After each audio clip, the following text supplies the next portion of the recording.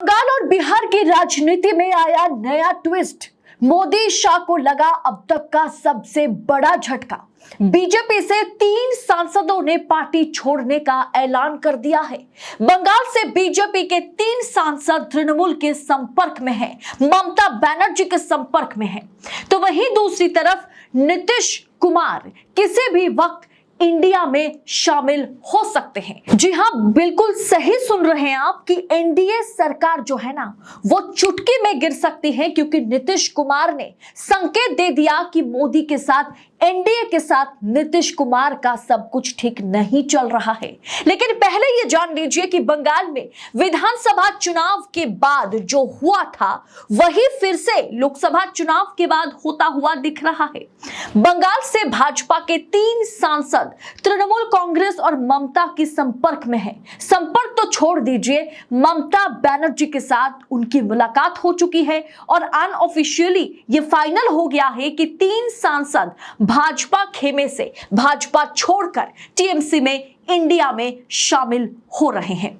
Last विधानसभा चुनाव बंगाल की बात की जाए 2022 बंगाल विधानसभा चुनाव में 294 सीटों में से ममता की पार्टी 215 सीटें जीती थी टीएमसी, और बीजेपी 77 सीटें जीती थी। लेकिन ममता बनर्जी के सीएम बनते ही 4 विधायक टीएमसी में चले गए थे और वो सबके सब कद्दावर विधायक थे।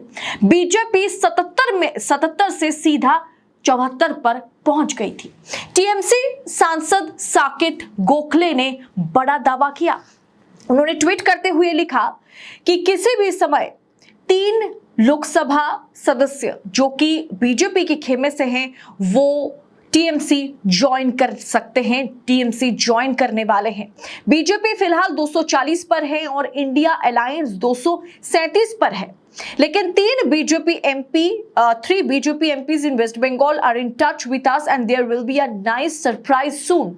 यानी बहुत ही जल्द कोई सरप्राइज, कोई झटका गाज जो है वो बीजेपी पर, वो मोदी शाह पर गिर सकती है। बड़ा झटका बंगाल में बीजेपी को लगने जा रहा है, क्योंकि 3 बीजेपी सांसद जो है, मेंबर ऑफ पार्लियामेंट जो है, वो दीदी के संपर्क में है, वो तृणमूल कांग्रेस या इंडिया के संपर्क में है। और वहां पर उन्होंने यह भी कहा कि ये सब कुछ के बाद जो है बीजेपी 240 पर तो रहेगी और इंडिया जो है वो 240 पर आ जाएगी। लेकिन सोचने वाली बात यह है कि उन्होंने लिखा कि बीजेपी 240 पर रहेगी और इंडिया 240 पर पहुंच जाएगी। ऐसा नहीं होगा। 3 सांसदों को अगर बीजेपी गवाती है तो बीजेपी 237 पर आ जाएगी और इंडिया जो है वो 240 का आंकड़ा छूती हुई नजर आएगी। तो ये तो गया बंगाल की बात। बंगाल की बात करें तो वहां पर एक बड़ा उलटफेर देखने को मिल सकता है। तो दूसरी तरफ बिहार में भी कुछ सही नहीं है। दूसरी तरफ चंद्रबाबू नायडू एक बार फिर से आंध्र प्रदेश के मुख्यमंत्री तो बन गए।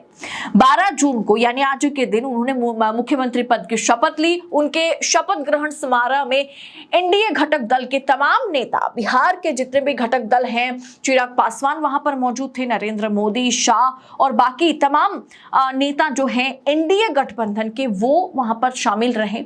लोकसभा चुनाव 2024 के परिणाम के बाद नायडू के साथ किंग मेकर की भूमिका को साझा करने वाले नीतीश कुमार इस सभा में नजर नहीं आए।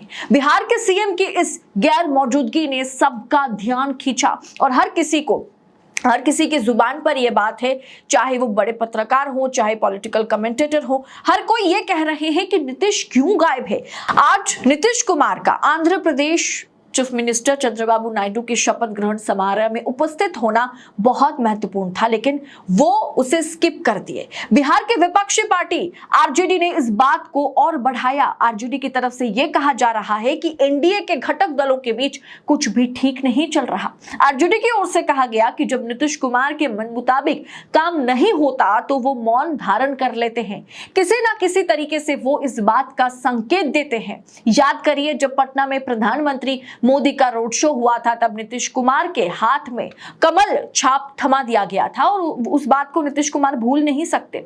इसके बाद नीतीश कुमार प्रधानमंत्री के नामांकन समारोह में नहीं पहुंचे थे। एनडीए की सरकार में नंबर्स के मामले में नीतीश और नायडू की अहम भूमिका है। नीतीश ने 12 सांसद दी है नरेंद्र मोदी को सरकार बनाने के लिए और 4 सांसद पर 1 मंत्री पद के दावेदार वो थे। उन्हें हर 4 सांसद के बाद 1 मंत्री पद चाहिए था अपनी पार्टी के लिए। उन्हें 3 मंत्रालय चाहिए था, लेकिन उनकी पार्टी को सिर्फ 2 मंत्रालय मिला है और वो भी एक कैबिनेट मिनिस्ट्री और एक राज्य मंत्री का पद, जिससे नीतीश बाबू जो है बड़े नाराज, बड़े नाखुश नजर आ रहे हैं। और क्या यही वजह है कि नीतीश कुमार इंडिया गठबंधन को, विपक्ष को एक संकेत या साथ ही साथ नरेंद्र मोदी को भी लाल आंखें दिखा रहे हैं और इंडिया के लिए, विपक्ष के लिए संकेत दे रहे हैं कि वो किसी भी समय में जो है इंडिया में एनडीए छोड़कर शामिल हो सकते हैं, क्योंकि आफ्टर ऑल इंडिया का गठन जो है वो नीतीश कुमार की बदौलत ही संभव हुआ था। ऐसे में दोस्तों, नीतीश कुमार क्या किसी भी वक्त पलटी मार सकते हैं? क्या इंडिया जो है वहां पर सांसदों की बढ़ोतरी हो सकती है? क्योंकि ममता के खेमे में अगर 3 सांसद जुड़ते हैं तो वो कहीं ना कहीं बीजेपी को नुकसान कराएगा और इंडिया को फायदा कराएगा। क्या नीतीश कुमार भी मोदी शाह को, बीजेपी को एक बड़ा संदेश, कड़ा संदेश देने की कोशिश कर रहे थे? क्योंकि उन्होंने चंद्रबाबू नायडू के शपथ ग्रहण समारोह में वो नहीं पहुंचे, जबकि सभी घटक दल, अनुप्रिया पटेल से लेकर के चिराग पासवान तक और भाजपा के तमाम सांसद तो पहुंचे ही थे, तमाम दिग्गज पहुंचे थे। अमित शाह, नरेंद्र मोदी, जेपी नड्डा, नितिन गडकरी तक पहुंचे थे। लेकिन नीतीश कुमार ने जिस तरह से दूरियां बनाई हैं इस समारोह से, वो कहीं ना कहीं बीजेपी के लिए एक बड़ा संकेत है, एक चेतावनी है और वहीं इंडिया के लिए बड़ा फायदे का संकेत है। इस पूरे विषय को आप किस तरह से आंकते हैं, देखते हैं? कमेंट कर अपनी राय हमारे साथ जरूर शेयर कीजिएगा। बाकी ऐसे खबरों को हम आप तक पहुंचा सके, देशनीति के मंच पर आप देख सके, इसके लिए आपको देशनीति को सब्सक्राइब करना होगा। अगर पहली बार आप देशनीति चैनल देख रहे हैं तो हमारे YouTube चैनल को सब्सक्राइब करें। आप में से कम 70% हमारे दर्शक ऐसे हैं जो चैनल को देखते तो हैं, हमारे वीडियोस को देखते हैं, प्यार देते हैं, लेकिन सब्सक्राइब करना भूल जाते हैं। ऐसा मत कीजिए, चैनल को सब्सक्राइब कीजिए, नोटिफिकेशन के लिए बेल आइकन को प्रेस कीजिए और आजाद स्वतंत्र मीडिया को अपना सपोर्ट और मजबूती के साथ दीजिए। बहुत बहुत शुक्रिया। जय हिंद, जय भारत।